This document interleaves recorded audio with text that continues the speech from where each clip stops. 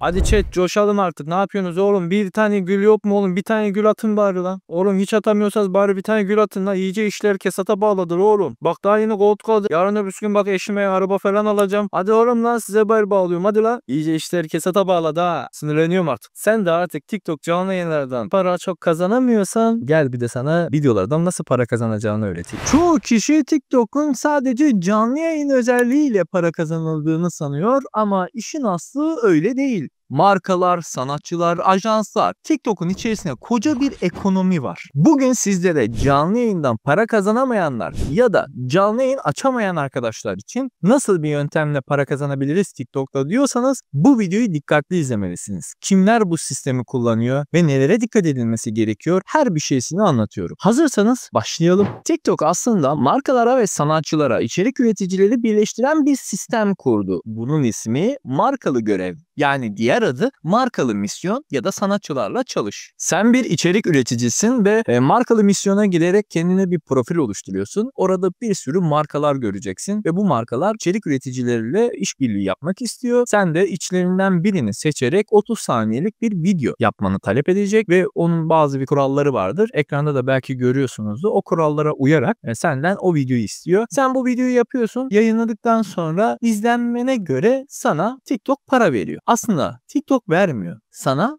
firma veriyor. Sadece TikTok aracı. Bu sadece markalı misyon içindi. Şimdi gelelim sanatçılarla çalış olayına. Sanatçı arkadaşlarımız kendi müziklerini yaratıp içerik üreticileriyle işbirliği yapıyorlar. Ve bu sayede hem içerik üreticisi parasını kazanıyor hem sanatçı da müziğini trende sokuyor. Evet gerçekten bu durumda var arkadaşlar. Böyle bazı müzikleri saçma sapan görüyor olabilirsiniz. İşte bu adamlar neden bu müzikle bir video çekti demeyin. Çünkü o adam para kazanıyor. Şunu da söylemem gerek arkadaşlar. Sen 30 saniyelik o sanatçının dediği şekilde video çekersen ya da yaratıcılığını konuş derse sanatçı sen de ona göre bir yaratıcılığını konuşturacaksın. Orada bir sıralama var ve sen bu sıralamaya girmek zorundasın. Yani izlenme konusunda onları geçmen lazım. Markalı misyon ile sanatçılarla çalış ikisi de ayrı bir kazançtır arkadaşlar. Evet arkadaşlar bu markalı misyon ile sanatçılarla çalışı nereden bulacağız diyorsanız hemen TikTok profil sayfanıza geliyorsunuz. Ayarlar bölümünden TikTok Stüdyo'yu seçiyorsunuz. Daha sonra para kazanma bölümü var o aşağı kısmında. Oradan markalı misyon veyahut sanatçılarla çalış vardır. Siz markalı misyonda açabiliyorsanız iyi. Profilinizi oluşturur devam edersiniz bu işe. Eğer ki açamıyorsanız büyük ihtimalle 1000 takipçi gibi bir sınır isteyecek markalı misyon ama sanatçılarla çalış herkes yapabildiğini biliyorum. Sizler de araştırıp bakarsınız arkadaşlar. Ben sadece para kazanmanızın nasıl olacağını anlatıyorum. Ama burada işler öyle kolay değil arkadaşlar. Çünkü sadece sen yoksun. 3 milyonluk dev hesap da var. 200'lük hesap da var. Hepsi aynı görev için başvuruyor. Bu yüzden öyle bir video üretmen gerekiyor ki senin sanatçının veyahut markanın gözünü ilk senin videonu alsın. Burada devreye yaratıcılık giriyor. Markanın veya sanatçının yönergesinde istenilene birebir uymak istiyorsan uy. Birazcık da kendi yorumunu katmanı isterim. Mesela marka senden ne istedi? Bu içeceği iç çok enerji veriyor de. Onun yerine şöyle yapsan bu içecek çok enerji veriyor deyip de dans etsen ya da ne bileyim böyle deli deli hareketler yapsan efektler uçsa bence güzel olmaz mı? İşte TikTok'un algoritması bunu istiyor. Linçe müsait bir platform burası. Linçten kastım yanlış anlaşılmasın. Kötü anlamda değil. Bizim insanlarımız böyle değişik değişik videoları görünce şaşırıyorlar. Mesela o adam o içeceği alırken aklına o video gelecek. Çünkü benim karşıma çıktı ben bunu hatırlıyorum evet ya. Eskiden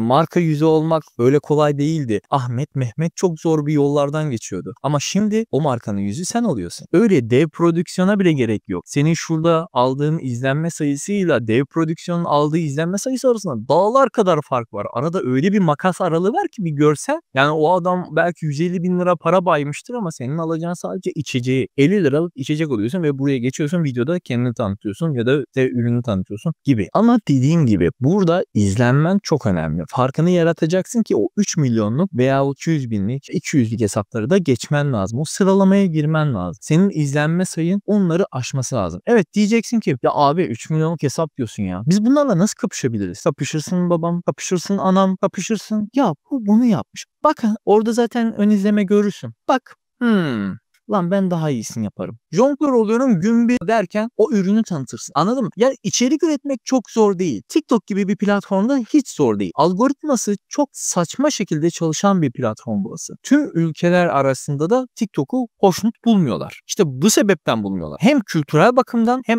IQ bakımından hem de ahlak bakımından gerçekten en alt seviyelere düşürüyor TikTok. Bu sebepten dolayı algoritmanın bu kadar saçma çalışmasının sebebi de bu. Neden YouTube bunu istemiyor? Neden Instagram bunu istemiyor? Sadece TikTok istiyor. Çünkü TikTok aslında linçten besleniyor. Bazı ajanslar bu işi suistimal ediyor. Nasıl mı? Hemen anlatıyorum, dinle. Ben yıllardan beridir diyorum ki arkadaş, canlı yayın yapan kardeşim sakın ha sakın ajansa girme diyorum. Neden girme diyorum? Çünkü ajanslar sizi kandırıyor. Sana hiçbir zaman izlenme, beğeni veya para atmayacak. Senin sadece 60 dakikadan uzun bir şekilde canlı yayın yapmanı istiyor. Neden? Çünkü sen ne kadar uzun durursan canlı yayında o kadar para kazanıyor. Sen günü 0 lirayla kapatırken senin üzerinden ciddi para kaldırıyor. Emin ol, sen devlete vergi öderken o çakal Payoneer hesaptan vergi de ödemiyor. Yurt dışına aktararak bu şekilde döngü yapıyor. Burada da suistimal edildiği bir nokta var ama TikTok bir kısmını çözdüğünü söyledi. Burada nasıl suistimal ediliyor? Abi adamlar binlerce sunucu almış ve bu sunucuların içerisinde 1 milyona yakın TikTok hesabı satın almışlar. Bildiğin TikTok hesabı satın almış. 1 milyon ya. Bu hesaplarında telefon farm sistemi oluşturmuş. Sunuculardan işte hangi arkadaş ekibinden kim varsa o videoyu çekmişse markalı misyonda para kazanacak kimse ona hemen izlenme gönderiyor. Ne yapıyor? Sıralama biri alıyor. Bunun çakallığını bulmuş adamlar. Peki TikTok bunu çözemiyor mu? Çözüyor. Nasıl çözüyor? Yapay zekayı soktu şu anda devreye. Yapay zeka bir süre sonra hesapları banlıyor. Neyse, konumuzu değiştirmeyelim. Direkt size şunu söyleyeyim. Rakipleriniz güçlü olabilir ama siz yılmayın, bıkmayın. Bir gün elbet kazanacaksınız. Kim bilir? $300 veya $400 senin olur. Böyle içeriklerin devamını istiyorsan kardeşim kanalıma abone olmayı, videoya like atmayı unutmayın. Kafanda da soru işareti varsa yorumlarda belirt. Ne diyoruz? Ben senin ekranım.